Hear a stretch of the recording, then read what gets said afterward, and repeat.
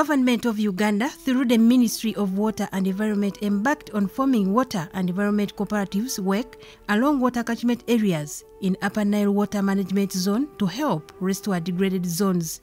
This was done through the Eureka project that's enhancing resilience of communities to impacts of climate change through integrated management of water and other resources. Here, affected members were given money through a revolving fund to help them start up projects to boost their livelihoods while adapting to climate change impacts.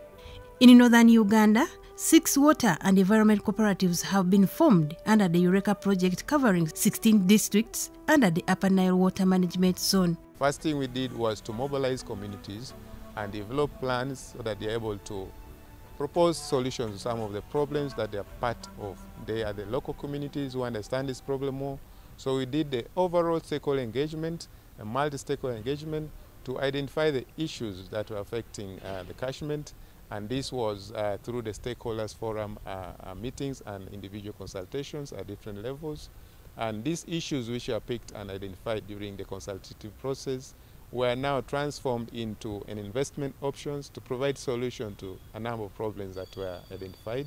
We came up with a number of interventions that we put together in a plan, which we're now calling the Catchment Management Plan for Aswak Catchment. And it is based on this plan that this project actually intervened to now address those issues which are identified in these processes and invest to be able to mitigate the challenges that impacted on the catchment largely. So the project focused on demarcation of the riverbanks, but also restoring that degraded aspect of the riverbank. The second aspect of this was the demarcation of the the wetland system, but also restoring them up so that they're able to mitigate and absorb the shock of the floods. And then there was aspect to deal with general landscape restoration by afforestation of the entire landscape within the catchment. But also more critically now is the ability for the community to sustain their livelihoods. So the project established several alternative income generating activities that is meant to, first of all, increase the household income of these communities, but also to empower the youth, to employ them to be able to engage in a number of projects. A number of environmental challenges had been facing Upper Nile Water Management Zone before the introduction of Eureka project in the area. Our biggest problem actually as a district has been deforestation. The biggest drivers of the deforestation actually is poverty. You remember recently when the president actually directed that we should stop charcoal production. We actually had a very big problem of charcoal production within the district. People opening up, for us, our farmers are still into subsistence farming. Every year you want to open a virgin land. Now in the process of opening, you keep cutting down trees. But of course, we also sometimes during the dry season, we have been having actually a challenge of wild bushfire. That is actually a very big problem in the district, challenge of wild bushfire. Then we also have recently actually have challenges of prolonged droughts. We also have challenges actually of, there was a year actually we had outbreak of pests and diseases. Black water is now coming up, animal disease, which used not to happen by then. So that is a sign of actually of climate change resulting from degradation. And then apart from that, we have also now seen the level of water logging in the district. In some places, it's actually picking up very seriously. Previously, we never had incidences of water logging in the district. Last time, there's so many people who are digging around the whole banking area, whereby the water is not like this one. As a result, you see now that we have the clean water, whereby our community may face it. With the Eureka project in selected areas in Upper Nile Water Management Zone, most of the affected people by the program have no regret having left water catchments for alternative livelihoods. In Kitugumu district, water catchments have been restored through bamboo demarcations, and beneficiaries are reaping big from the various ventures they opted for. The Eureka came and gathered people in a group. They had some sensitization meetings with the community.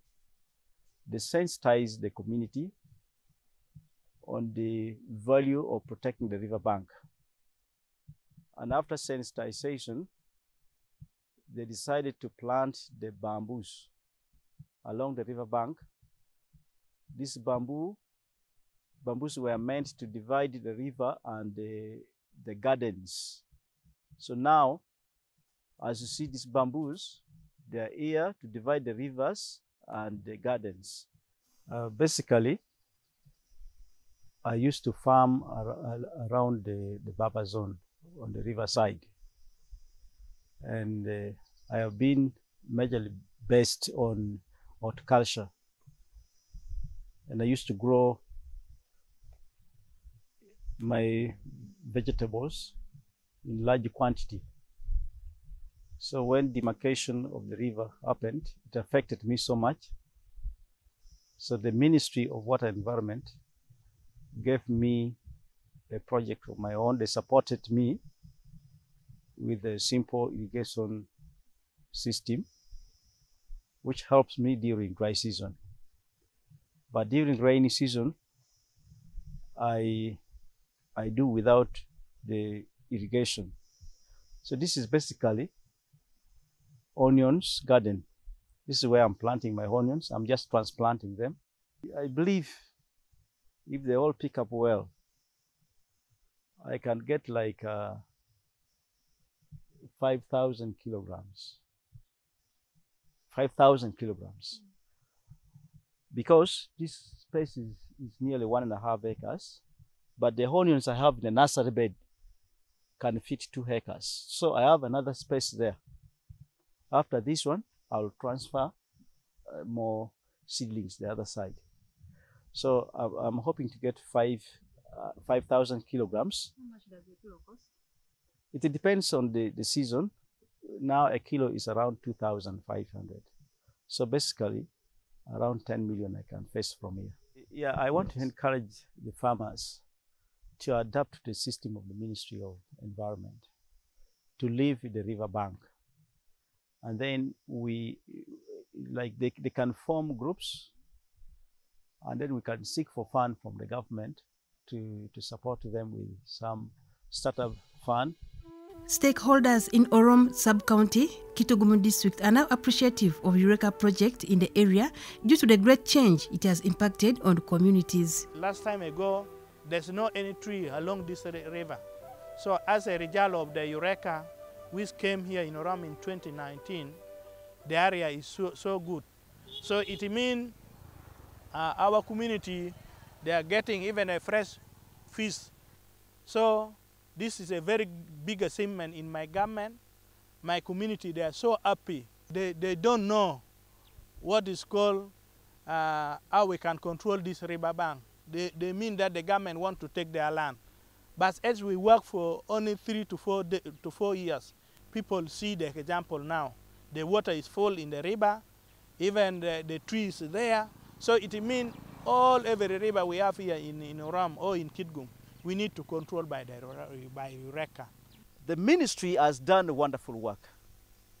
First of all, to think of these vulnerable people, to support them with some funds.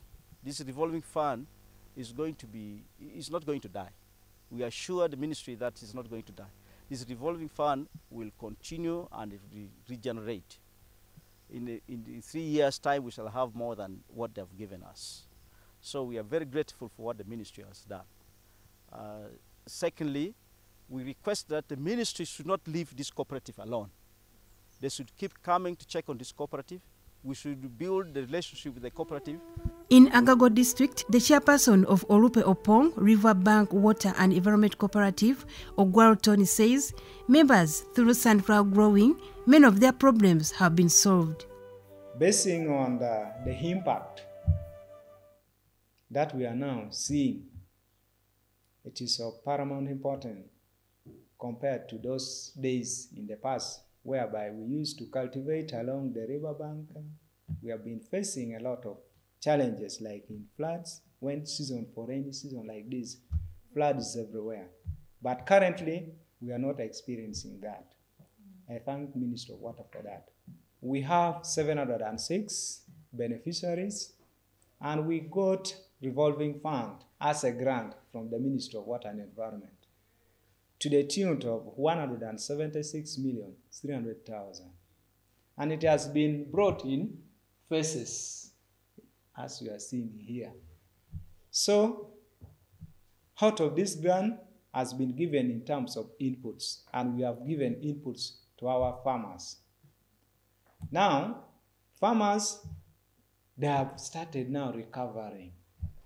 As you can also see on the wall, through this Eureka project that has come to the cooperative, has now motivated us as leaders of the cooperative to be one of the cooperators to the big umbrella under Uganda Cooperative Alliance. I, as the chairperson and the secretary of production, we had a chance to attend the training and the workshop held in the Gulu by the Uganda Cooperative Alliance. That is a very, very good appreciation to the Ministry of Water. 2, we are now exposed to the financial institutions like Equity Bank. You know, being a cooperative society, we are an independent body.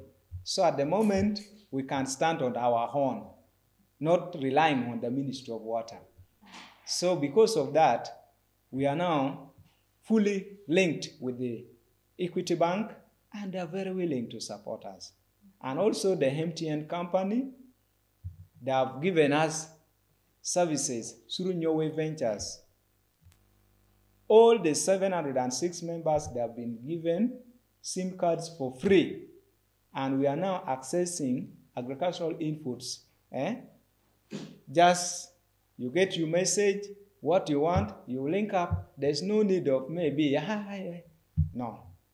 You finish your business on phones. As I've told you in the office, we have reached the garden, one of the demonstration garden for sunflower for our group. The purpose of our coming here is just to let you know that Orupo Riverbank under Eureka projects, we are engaging. As I've told you, the 19 groups members, they are engaging in sunflower growing. Paying school fees for our children currently is no longer a challenge. Because when you planted the sunflower, just an acre, then you get like million plus. I think that one will change your life. The livelihood of the family members will change.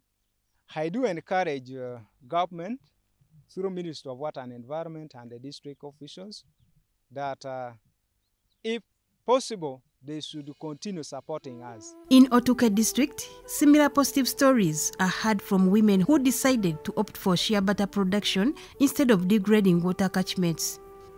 Eka jome Eureka project gindo ikar binu kero wa group otomi wa chakubi yomo yao. Eureka then supported us with shea butter production enterprise. Group wano the members here deck. Within our group, we have 30 members. My group get here water bear. We are progressing well with our activities. Before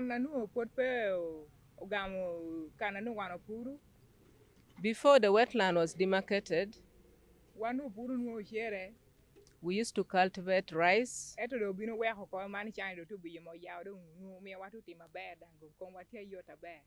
When the wetland was demarcated, we abandoned rice cultivation in the wetland and then embarked on shea butter production.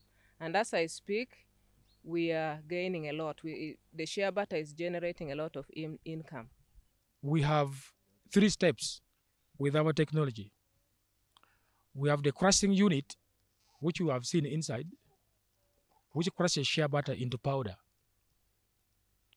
Then when that machine is finished with its work, you bring the shea powder outside, which is stimulated with very hot water.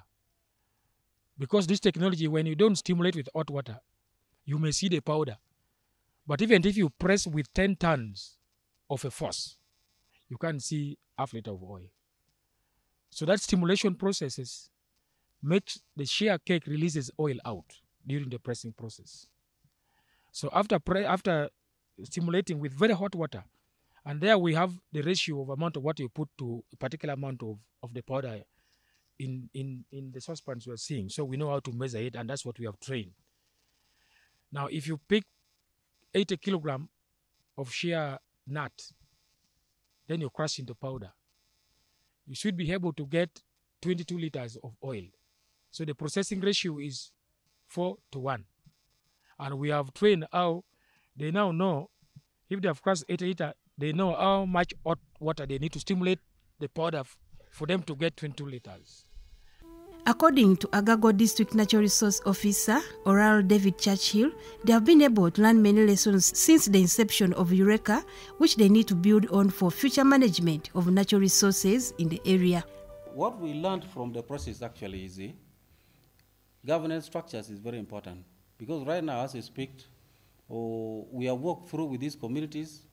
We have seen where the challenges are. We have also learned lessons, and then we also want to build on those lessons that we have learned, so that in any case we have any successor project, we should be able actually to pick up from that. And then the other thing that we also learned is there is also need always to build synergies. We have a number of partners who have been coming to the district, but some of them actually come with different messages and approaches to restoration of those degraded wetlands. So the best important thing is we need to work, build synergies with all the partners, so that whatever they do should actually be to transform the livelihood of the community. National Agricultural Research Organization Zadi Ngeta in Lira District also partnered with the Ministry of Water and Environment and the Eureka project to train people in different business ventures. The ministry, through its project Eureka, entered into partnership with NARO to demonstrate some alternative livelihood activities that will support communities that are engaging in wetland activities and move them away from wetland, but while they are still able to support their livelihoods. Several projects under Eureka have been implemented at the Zadi Ngeta in Lira District. These facilities were established and renovated under Eureka support to demonstrate to farmers how you can raise fish within a particular small space and how you can generate income. For example, we have trained more than 3,000 farmers, at least in the last 2 years, more than 3,000 farmers. And we are training them in skills of management, best management practices that can help a farmer realize the profits. We worked together with the Ministry of Water and Environment under the Eureka project.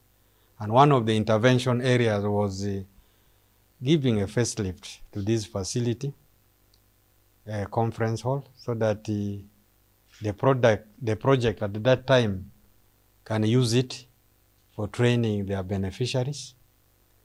They renovated this facility and also equipped it.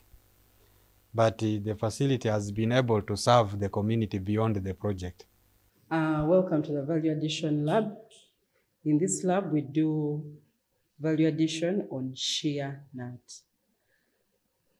So the shea tree is native to this region, and from it we get shea fruits. At maturity, this usually occurs once a year. I want to thank the project for supporting us with machinery that enabled us to make high quality shea butter. Now with these products, from the pulp, we're able to produce some juice, shea juice, and then jam, and then some shea wine. From the butter, we're able to produce some jelly, petroleum jelly, and we also produce lotion and soap, as you can see. So the project came up with this intervention to help provide alternative sources of income for farmers in these communities. So when you look at the wide range of products here, if a farmer invested in even just one or two of these, they would be able to change their livelihoods because these products are of high value on the Ugandan market. Brick-making trainings have also attracted many people from the Upper Nile Water Management Zone. Here we use the residues, maybe charcoal dust, which is always thrown away. We use agricultural residues, maybe like the maize straws, maize cobs. That's what we use as our raw materials to use the briquettes. And in using so, we are actually doing two things. One, we are reducing the agricultural waste, and at the same time, we are also providing an alternative energy from the charcoal, which uses a lot of wood. That means we are also reducing deforestation in a way. When we use briquettes, we have actually gone away from deforestation. It is an alternative, clean, sustainable energy source. At the ZADI, the executive director believes the Eureka project has helped to create alternative sources of livelihood in the area. But now, through this intervention, through this partnership, they have been shown that yes, even as you can sustainably use the what? The wetland and make your income, but while at the same time you are not destroying it. That is why the aspect of fish farming was ably promoted, so that they can have these fish farms, fish ponds established on the edges of the what? Of the wetland, while they still can continue to benefit from other services which the wetland can offer them. The team leader, Upper Nile Water Management Zone, believes with the many activities done, a lot of restoration has been done in the area, therefore need to upscale it to other places. So in terms of the impact to the communities, the project has provided a lot of activities that is improving the household incomes and also employing people to be able to work and earn a living out of this. But also the environment has been fully restored in areas where we intervened. Mindset issue is still an issue that we continue to improve. Normally issues to deal with the investment on land, the perception you first get is you're probably going to take away my land. And in that instance, you don't expect an easy ride in the beginning. So you need to, again, let people know that actually the project was not meant to take land, but to improve that same particular land. So we expect that we need to upscale this to much more districts within the Aswa. We're writing up new ideas so that we're able to upscale this project. Let's adopt the Eureka approach for sustainable management of our natural resources.